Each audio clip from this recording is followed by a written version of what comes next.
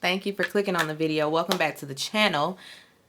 I don't know why I keep feeling like my braid is flipped. That's how it look. Anyway, sorry. This is a review for The Real Housewives of Dubai, season 1, episode 1. Now, because I didn't really jot notes for this episode because I was trying to see if I was gonna keep it, if I was gonna like it. What is that? Y'all, you know how it's not laying flat. It's like doing this. Sorta. I don't know what's going on with the angle or something. I don't know. Anyway, so I'm just gonna talk about the cast and what they gave, and you know we can go with, we can start next week, or this week I should say, with a play-by-play with, you know, an actual recap. Okay, so the cast, we got Carolyn S. She is from London. She's been in Dubai a few years. I forgot how many years, but she's married. And she's a newlywed. She and her husband just got married. Like, they had a small ceremony somewhere else because in Dubai they couldn't get married. They don't do interfaith relationships. Like, I think she said Catholic, and he is Muslim or Jewish. I think it's that way. I think it's Catholic and Jewish. That's what I think it is. But anyway, they can't do that around there. They couldn't get married in Dubai, but they are gonna have another ceremony. They're already married, so they are gonna have another ceremony there in Dubai with their friends there, family there, whatever. But anyway, her husband 27, she 48. Go ahead, Stella. Go ahead, Stella. Anyway, as long as everybody knows that this is what this is, because I feel like we finna pretend that it was love at first sight, and it's like, okay, girl. Anyway, she has this hen party, and that's what they call it in London. And here it's a bachelorette party, and she only wanted to invite her friend, and the important people in her life, and that doesn't include one of the cast members, Chanel. I'll get to her later. She don't like her. She ain't feeling her. My thoughts on Caroline S so far are, I don't think I'm gonna like her. I don't think that I'm gonna like how she has such a disdain for this black woman. She even said in the episode, I can't bear this woman. And it was the tone and delivery of it all that was very triggering for me. I don't think I'm gonna like Caroline S. I'm just saying. Anyway. And then her friends and everything, when they was on the little yacht party, her friends, you know, it was full of white women. So, because she's a white woman. So, Brooks, which is the other Caroline, she was her and Lisa. And yeah, her and Lisa were the only two black women there. You won't find me nowhere by myself with a group of white women. I am so sorry. But I just never want to be in that position. I don't aspire to. I don't want to. No, thank you. I'm sorry. No, thank you. But anyway, I just didn't feel like, I felt like that her real friends were being tolerable, were just tolerating you know, the black girls that was in the group. Then here come another one saying, I wish that so-and-so was here because she'd be twerking. Yeah, so you can get a good laugh at her. So you could, you know, use her as your entertainment. See, no, thank you. Anyway, let me move on from Caroline because she didn't really give much. Caroline Brooks is the black Caroline. She is from Boston. She moved to Dubai, I think she said 10 years ago, with her ex-husband. And see, her storyline starting off is seeming very fake as well. They showed us pictures of her and her ex-husband, and it was just like, oh, so it looks as if you married into money. You know, like, he looked like he was the breadwinner. You know, he had all this money and everything. Because she going to say, I chose to leave. I chose to leave with nothing. Just my son. Girl, you a lie. You a lie, but okay. Where about? Where in the world does any woman marry a rich man and leave her divorce with nothing? Where they do that at? You dumb if you did that. If you did that for real, you stupid. Because you should have left with something. Something. Some startup money for a business. Girl, get something. You left with just your son. Girl, what? Anyway, I'm not buying it. I'm what I'm assuming is that man made you sign a prenup that said if you ain't had nothing, you ain't getting nothing, and that's what you got.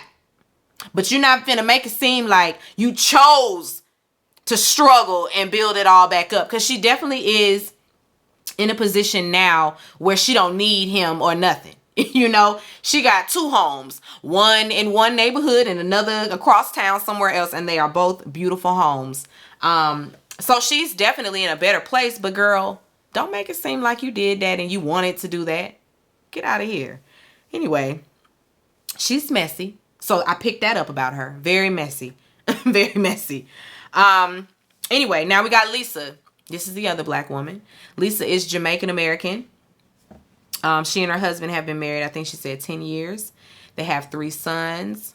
All of them very handsome. All 3 of them each have a different accent. So one got a Jamaican accent, water. Then we got one with a British accent, water.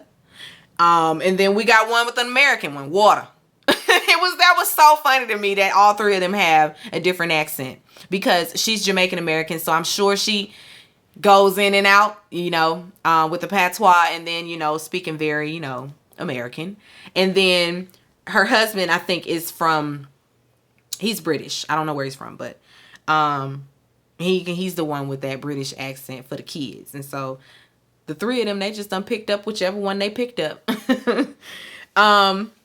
She is a fashion designer. She has a maternity line that's doing very well. Both of the black women say that, well, I should say all 3 of them say that in Dubai, it's not hard for black women to thrive, because I guess because they're the minority over there.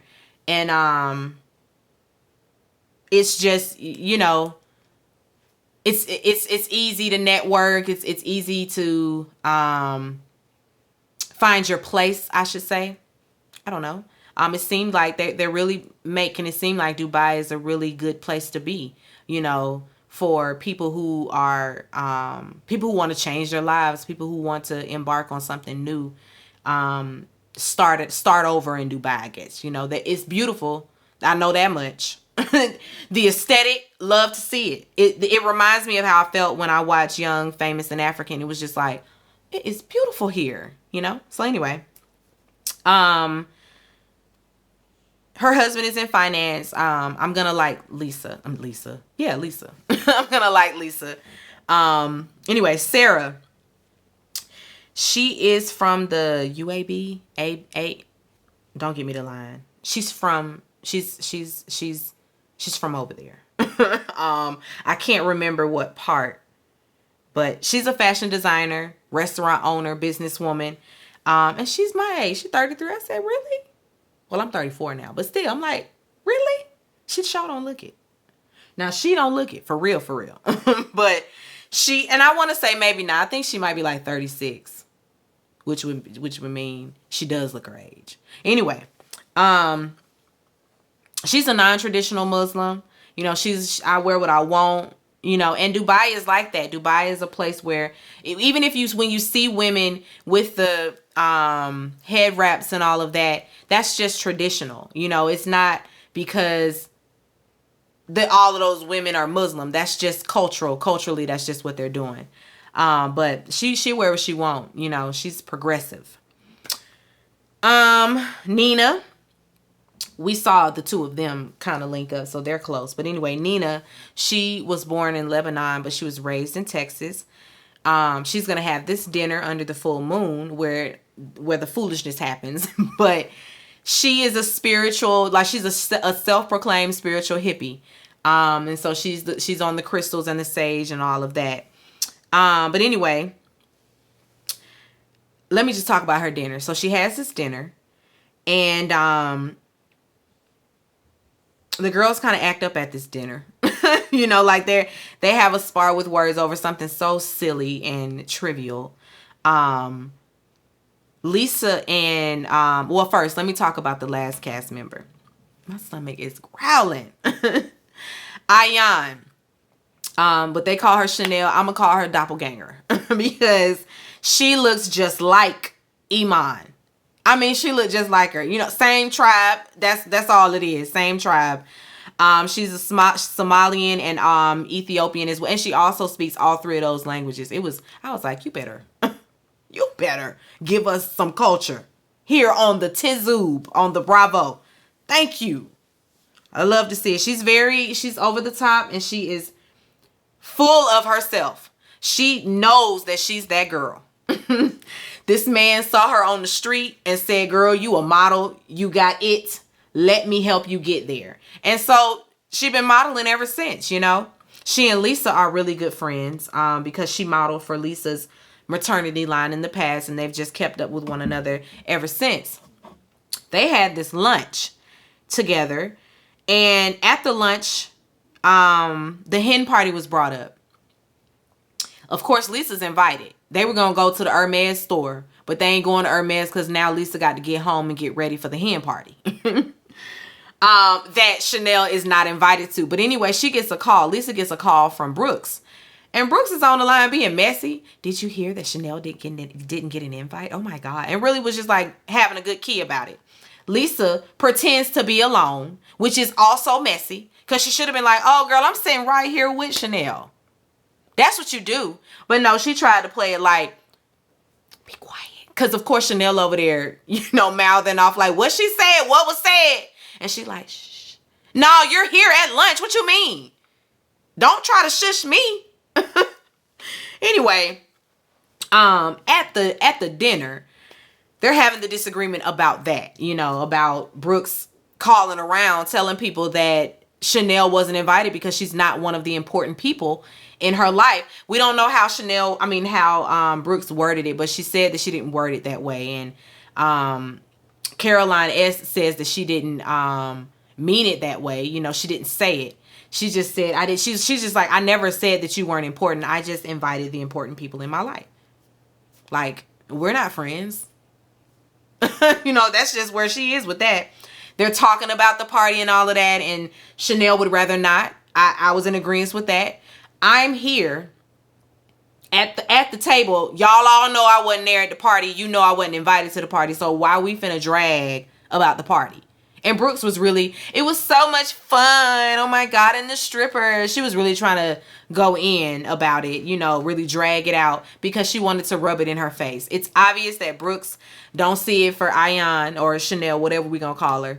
It's obvious that Caroline S doesn't see it for Chanel, Ayan, but Chanel she got a friend in Lisa. Lisa seems like she's gonna be the friend that straddles the fence. And I don't know if that's a good place to be in as well. Like, when people are wrong, they're wrong. When they're right, they're right. Don't straddle the fence with this. You know, in that situation, she should have definitely made it known that, oh, I'm sitting here having lunch with Chanel. You know, so from then Brooks would have been on notice, and it probably would have never came out her mouth. Anyway, but you wanted to be messy, you know, and so you sat there and had her on speakerphone and pretended like sis wasn't in the room. That's very high school. Very high school. Anyway, I'm gonna like the show. I'm definitely gonna like the show. It seems like it's gonna give us what we need. So I will be reviewing. And yeah, I'll be back next week for a full recap with the episode. But so far, so good. I'm liking it. Lisa's right so far my favorite cast member. Lisa, and then I like Chanel Ayan's. I like what she gives. You know, she's overly confident, but I do like her. She has some. I can see some good qualities there. As far as she and Lisa go, like, in being good friends to one another, and her being one of those people that are straight shooters. I can always appreciate that about anybody. And she also is checking stuff right there at the right there at the door, you know. Anyway, That's all I really got for this one. Anyway, be sure to comment, rate. Be sure to comment. Be sure to rate, comment, and subscribe. If I say it out of order, it's not gonna sound like it's supposed to sound. Bye, y'all.